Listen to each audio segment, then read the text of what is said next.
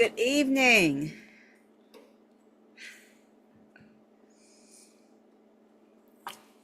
Good evening. We're trying to get that camera straightened out. Good evening, everybody.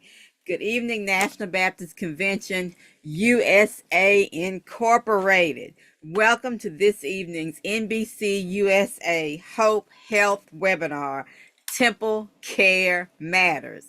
I am still here. We're getting that camera together. I think they can see me right there, Dr. Minor. Thank you. Okay, we want to acknowledge our president. We want to acknowledge several members of our national leadership. First, our president, Dr. Boise Kimber. We also want to acknowledge Dr. Michael O. Minor, our national director, the NBC USA Liaison to the U.S. Department of Health and Human Services. So, everybody, tonight's Temple Care Matters webinar is going to be about the January suggested health observances. And those two observances are National Volunteer Blood Donor Month and Thyroid Awareness Month. We will also discuss making and keeping New Year's health resolutions. I said New Year's health resolutions, especially weight loss resolutions, and we'll also talk about our regional meetings overview. All right, so after that, finally, we will provide a preview of early February health observances. And the two that we'll talk about tonight will be National Black HIV and AIDS Awareness Sunday, which is February the 2nd, and then Go Red Sunday, which is February the 7th. So they're 1 week apart, the first and second Sunday in February. This webinar is a part of our continuing series of First Tuesday Temple Care Matters webinars. In each session, we delve deeper into the 7 pillars of Temple Care Matters. And you see the 7 pillars on your screen: renewing our minds, nutrition, exercise, obesity in Black America, health, knowledge, and legacy, safety and preparedness, and health ministry growth. Those are our 7 pillars that we aim to focus on in our Temple Care Matters webinars. So we all know that we are in our New Year's resolution season. Giving blood would be a great resolution for each of us to make. January is National Volunteer Blood Donor Month. And National Blood Donor Month is a national campaign to encourage blood donations. The holidays are an extremely slow period for blood donations. Although the end of the year is a great time for end of the year charitable donations, and donating blood is a form of charity, unfortunately, there are very few charitable people who volunteer for a blood donation in November and December. So this month, be a hero and donate blood. Be a hero and save a life. All right, and you see, we're going to paste on the screen in just a second the National Center link for blood donations. It's actually in the chat, and we'll post it on social media as well, so you can locate a blood donation center. A blood donation center near you. Why not give today? Why not make this donation that saves lives today? All right, now it's time for our update on the triple-demic, our triple-demic update. And we know that the triple-demic is COVID-19, flu, and RSV. In previous years, COVID-19 levels have typically started to rise in early November and reach their seasonal peak by the end of December. But this year, levels were nearly the lowest they've ever been through October and all of November, according to the wastewater surveillance data from the U.S. Centers for Disease Control and Prevention. The currently circulating variants are similar enough to each other that the latest COVID-19 vaccines are still expected to be effective against severe illness or death. Praise God for that. But vaccination rates are lagging. Only about 21% of adults and 10% of children have gotten their COVID-19 vaccine this season, according to the CDC estimates.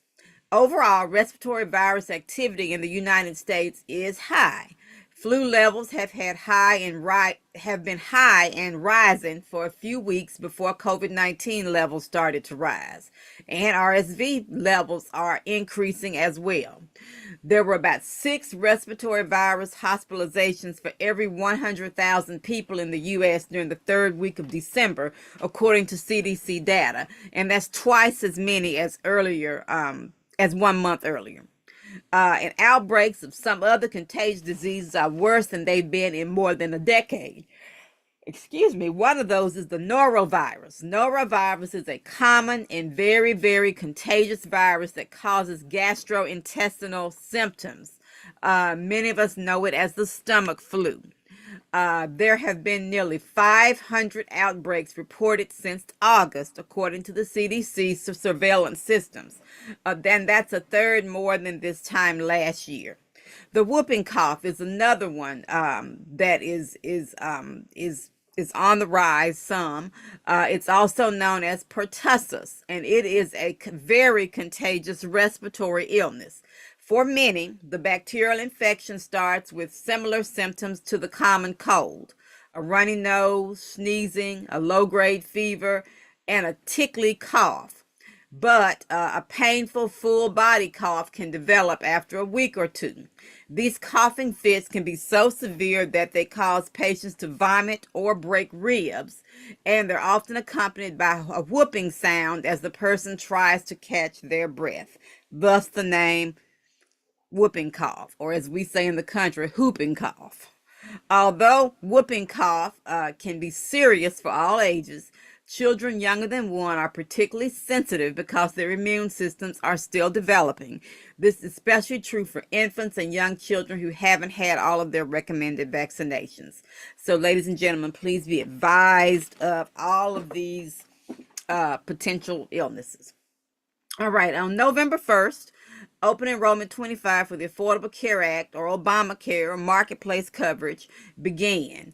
And you can go to the www.healthcare.gov to enroll. And let's pause for just a moment for a quick video about ACA Open Enrollment 2025.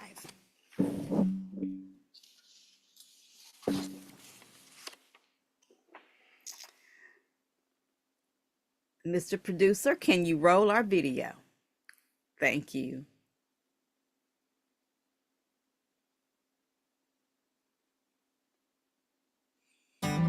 Healthcare.gov has plans for health because you have plans for life. All plans cover doctor visits and emergency care to keep you and your family running strong. All plans cover hospital stays and prescriptions to give you peace of mind. 4 out of 5 customers can find a health plan for $10 or less per month with financial help. Visit healthcare.gov to explore plans from the brands you know. New law, lower prices. Healthcare.gov is here for you. Final deadline January 15th. All right, thank you. So, guys, remember that the Affordable Care Act is private insurance through a government online portal. So, if you are someone that you know is without health insurance, the ACA might be the coverage for them or for you. The final deadline is Monday, January 15th, which is this coming Monday. So, let's get covered, NBCUSA family. All right, now let's share about one of our monthly observances, and that is Thyroid Awareness Month. We'll begin with another video, and this one is going to focus on thyroid health.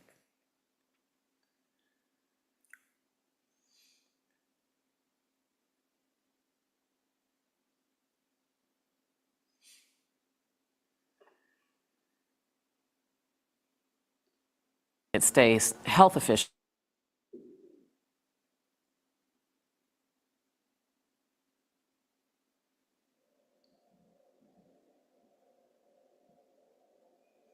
All right, we had a little technical difficulty. Give us just a moment to get that video up. We'll try once more, and if it doesn't come up, we'll go ahead with our discussion. Here in the United States, health officials are raising awareness about thyroid disease this month. The American Association of Clinical Endocrinologists estimates that approximately 15 million Americans have undiagnosed thyroid problems.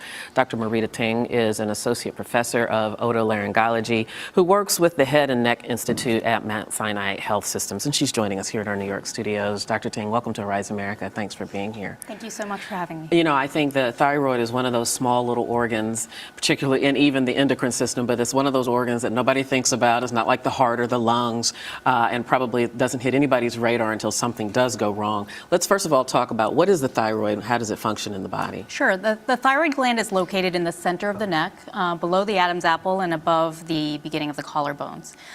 You're right, it's a small gland. It's shaped like a butterfly. It has a right and left lobe, and it's responsible for the body's metabolism, which means that it really controls a lot of different varied activities. And when something goes wrong, there can be a lot of different problems that are in fact kind of non-specific. As I understand it, a number of things can go wrong, and it can produce hyperthyroidism, too much of the T4 and the other hormones that produce, or hypo. So what are some of the typical presenting signs when someone is having problems with their thyroid? So as I mentioned, they're extremely varied. In a hyperactive state, you can have heat intolerance, you can have anxiety, your heart races, you may have difficulty sleeping.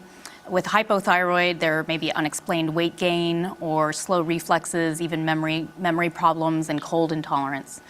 For doctors who see patients and they have these non-specific symptoms, how often then do problems go undiagnosed that are related to the thyroid, but that might look like any number of other things? That can frequently happen, but people who see their primary care physician on a regular basis, this is something that is on your doctor's radar if it's not on yours. So most primary care physicians will screen for thyroid disorders if they suspect something, because the blood test for it is very simple. I know treatments vary differently, whether it's hyper, too much, or hypo, not enough. But how are the drugs on the market? What is the technology there to deal with thyroid disease? So mostly the drugs are very tried and true. They've been used for many decades, and the main one is replacement thyroid hormone, which is chemically identical to the one that your body produces.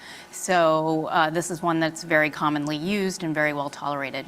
When someone, and that's used for someone who has a non-functioning or a decreased functioning thyroid gland, right? When someone is in that state, can treating them with this thyroid replacement hormone, is that curative for them, if you will? Absolutely, absolutely. And there are medications also which can decrease the activity of an overactive thyroid. Yeah. So my practice is actually more focused on nodules or growths in the thyroid, which is something that we're focusing on this month. As you mentioned, it's Thyroid Awareness Month. And with January being the beginning of the year, it's a good time to think about screening either through your doctor or even using a self-exam. Other than going to the doctor, is there anything that people should do on their own? Is there a self-check that they should do or keep in mind? There is a pretty simple way that you can check yourself. It's probably not as necessary to do it regularly, such as a breast self-exam and other disorders that are more common, but you can simply look in the mirror, tilt your head back slightly, and just look at that area of the neck that I described, and look as you swallow for any asymmetry. If one side is bigger than the other, or you see any protrusion or lump, that may be a sign that you have a growth or a generally enlarged thyroid gland. How common is thyroid cancer? Thyroid cancer is perhaps more common than we recognized 1 or 2 decades ago, and the stated incidence is on the rise. We think that incidence increasing is actually due to increased detection techniques, because our imaging is better now. People are more aware of screening, and people have imaging tests that may be for a different cause, for example, a spine MRI or a CAT scan of the neck or an ultrasound of the carotids that then incidentally pick up a thyroid problem. Something important, and as always, talk to your doctor about it, right? Yes. Dr. Marita Ting, thank you so much. Nice to meet you. Thank you, you too. This is Arise America. right, that was great. That was very interesting to learn a little bit more and to continue the discussion. We want to share that when we began our discussion about thyroid awareness last month, we decided that we wanted to try something a little bit different. We wanted someone to share their experiences with thyroid disease. And wouldn't you know that our national director, my husband, Dr. Michael O. Miner, has had such an experience. So welcome, hubby. Good, good evening, sweetheart. Sister Minor. All right. So, from the video, we know that there are two major categories of thyroid disease: hyperthyroid and hypothyroid. So, which did you have? Well, I began with hyperthyroid and overactive thyroid. Mm-hmm. Okay. So, did you notice any symptoms? At first, I didn't, but you did. Mm-hmm. I did. I did. So, I remember very well. You were hungry all the time, but you were losing weight. Your hair was growing like kudzu. Um, and Dr. Miner, husband, you don't have it on the script, but you were quite anxious, quite irritable at the time. Um, so we knew that there were some issues. How did you eventually discover, how did we eventually discover that it was the thyroid that was the culprit of all these changes?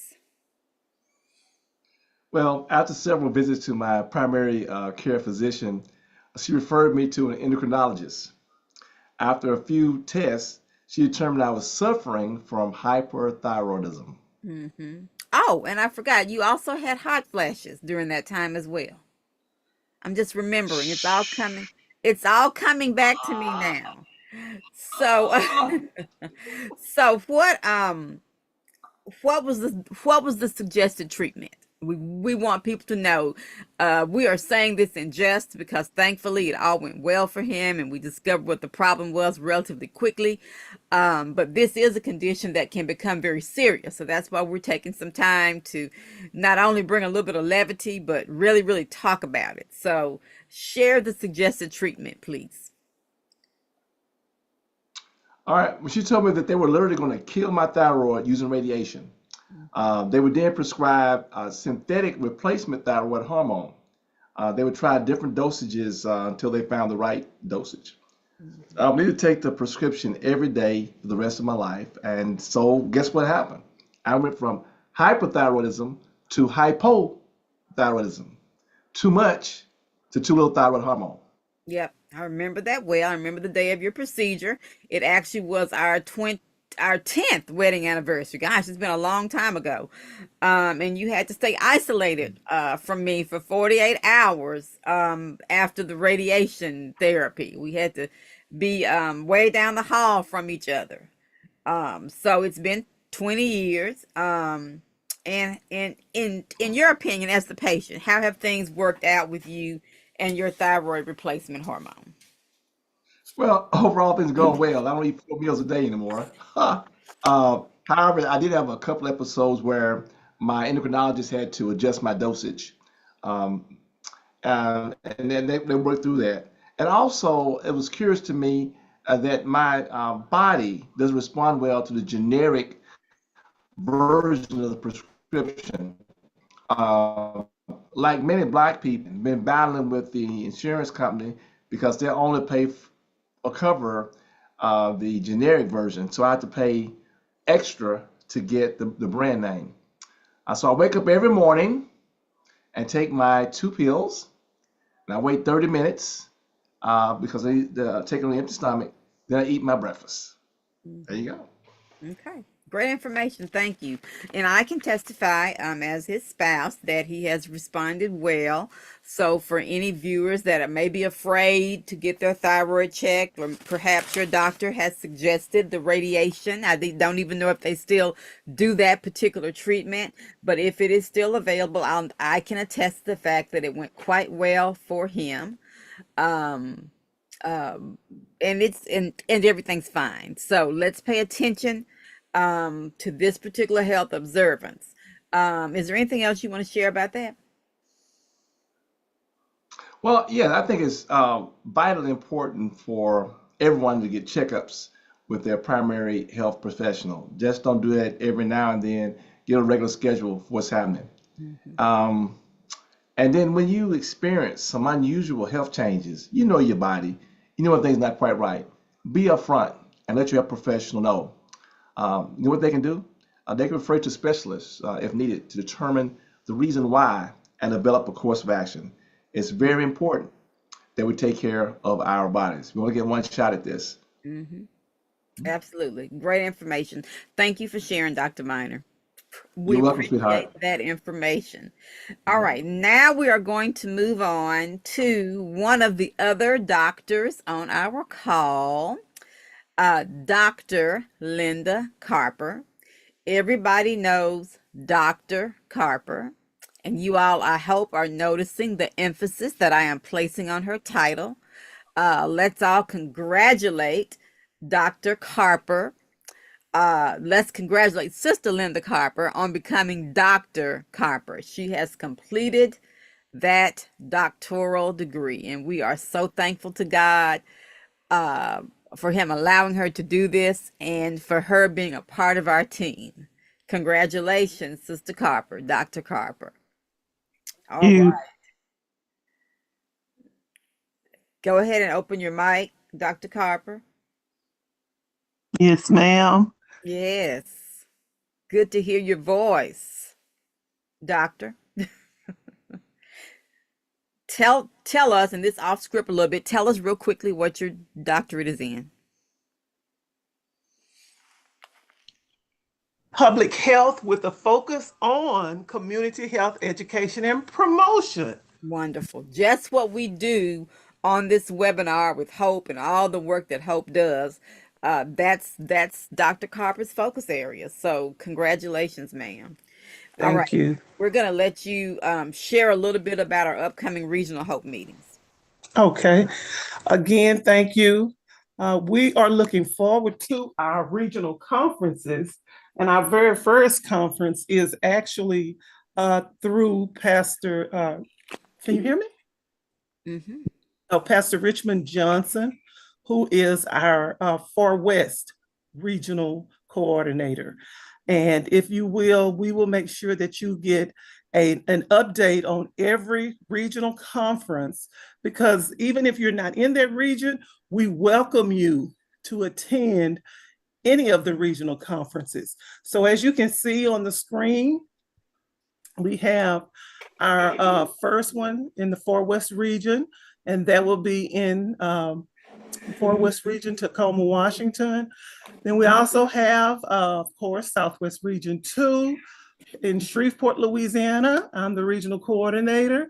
Our Northeast region is Albany, New York, and that's Pastor Daniel Blackburn. And Southwest Region 1, none other than our very own Pastor Bernard Montgomery. Southeast region is Sister Brooklyn Rogers, and her conference will be in Hallandale, Florida. Then we have our Midwest region, Sister Teresa Fales Farr will be in Indianapolis, Indiana, and our West region, Sister Tafara Robinson will be in Colorado. And we want to thank you. Check your schedules. You will get additional information about each conference so that you may attend as your schedule allows. Thank All you, right.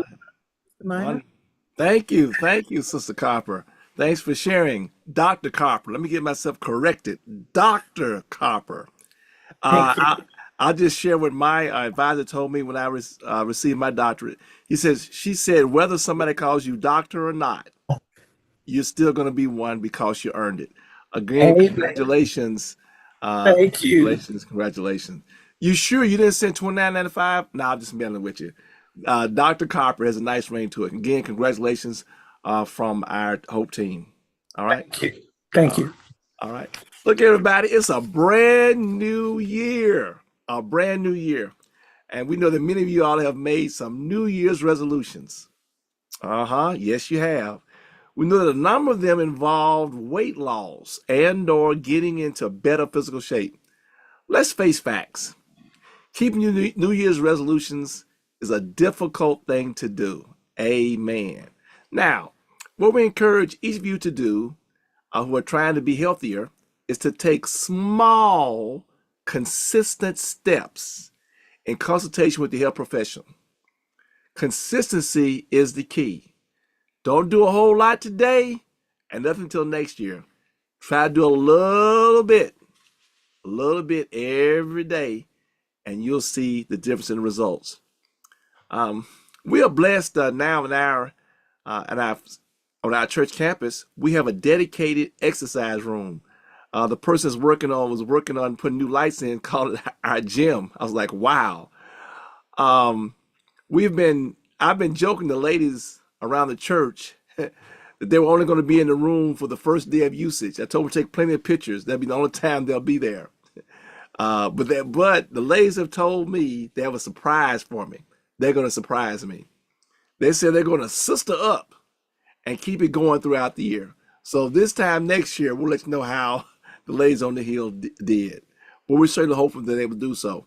But again, our New Year's resolutions. Now, we'll have 2 February health observances before our next webinar. And we're going to post the toolkits in support of National Black HIV/AIDS Awareness Sunday, which is the first Sunday, February 2nd. We also encourage everyone to wear something red to work on Friday, February 7th, in support of women and heart health. Now, of course, we'll share more about NBCUSA Wear Red Sunday, which will be February 16th, the third Sunday in February. So we're excited about that. All right. Now, I want to remind everyone about our self-paced health ambassador training. We apologize that we need to do some updates, but we've been so busy working with the change in administration in support of our very awesome president, Dr. Boise Kimber. So hopefully after the midwinter board meeting is over with, we're going to get some updates. The base material is correct, but we want to change it so we have our new president's face in it. We have to remove a couple of things, but we hope that you'll go through our self-paced health ambassador training. Now, to receive credit, and just share this with other folks. We know most of you on the call have already gone through it, but share it with others. Let them know they can email info@hopenbc.com, info@hopenbc.com, to register. When they do that, they request a copy of the lesson training guide. We have a training guide for each one of the YouTube videos, and then complete the training survey at that link. And that training survey is going to be similar to each one that they have, but just evidence that you've done so. Including the email subject line, NBCUSA Hope Health Ambassador Training. All right. Now, look, let's not forget all of our January Health and Wellness Observances, a National Volunteer Blood Donor Month, and Thyroid Awareness Month. You may download a complete list of all our annual health observances from our website, hopenbc.com.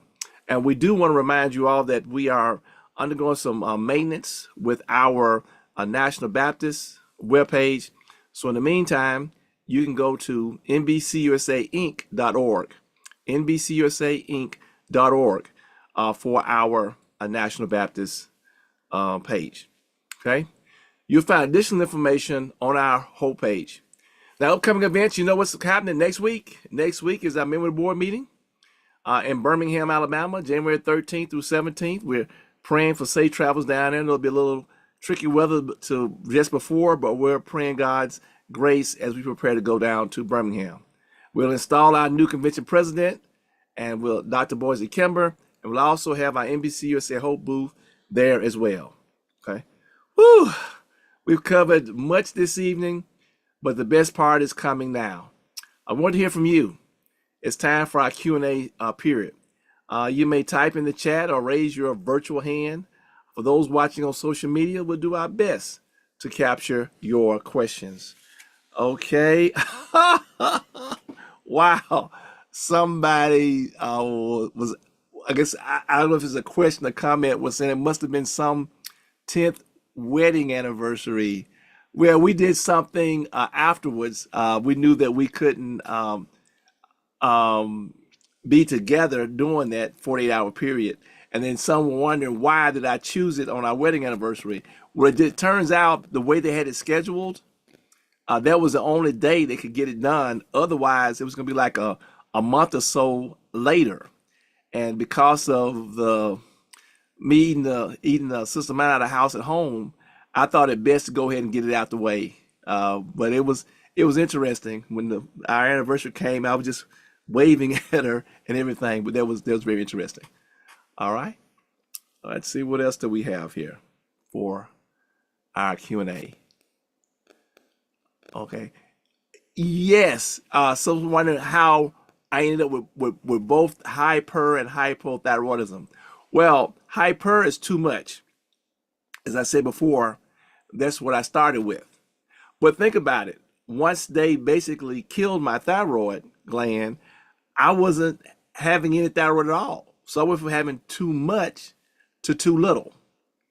And so therefore, had they not put me on this prescription and whatnot, I would not have had this hormone in my body. And I could tell after those couple episodes that I had when they had to adjust my dosage, I could tell the difference. For those around me at the heel, knew all of a sudden I blew up. I mean, my shoe size went from a size 13 to a size 14. I wasn't eating as much. And well, the whole time I had a whole lot of hair anyhow, but the little bit I had was going out. I was tired. And so once I consulted back with my endocrinologist, determined that I was not getting enough hormones. So they adjusted my prescription. But again, knowing your body and working with your health professionals and seeing what things are. Now, I will tell you that I did not go to my primary care physician. Once I kind of started putting all these things together, I just went directly to my endocrinologist, and she did blood work and everything, and it was determined that I need to change the prescription. Again, all about knowing your body. All right. Any other questions? Those that are watching on Zoom, you can put those in the chat, and we'll get to them. Okay, about blood donation. We're not asking everybody to do a blood drive. No. We've discovered that doing blood drives can be tricky unless you really have a lot of people really going back and pushing it and whatnot. That can be an issue. So what we're saying for this year, if you would just encourage people individually just to go down to your nearest blood donor center and give. Now, once we get through our inauguration of our president, it's our hope that we'll have some some persons who will volunteer to lead us in a national blood drive for the National Baptist Convention. What we envision is working with the American Red Cross and have a link where you can click on it. So say, for instance, I decide I want to go and give blood in January. So I go on this link and click and say that I'm with the National Baptist Convention, one of the congregations, and I'm here in Memphis, Tennessee. I'm going to the Blood Donation Center in Memphis, Tennessee, and I'm going to give blood. And then from my understanding that once I go there, they'll have a confirmation. And even though we, quote unquote, didn't do a blood drive throughout the National Baptist Convention as we do like at a convention center, we'll have a virtual blood drive where people all across the country that are part of our convention, a member of one of our over 31,000 churches, will go in and give blood. So we're just waiting on some volunteers to come forth who want to help lead this effort. And we already have gotten the okay from the American Red Cross and think it's a great idea.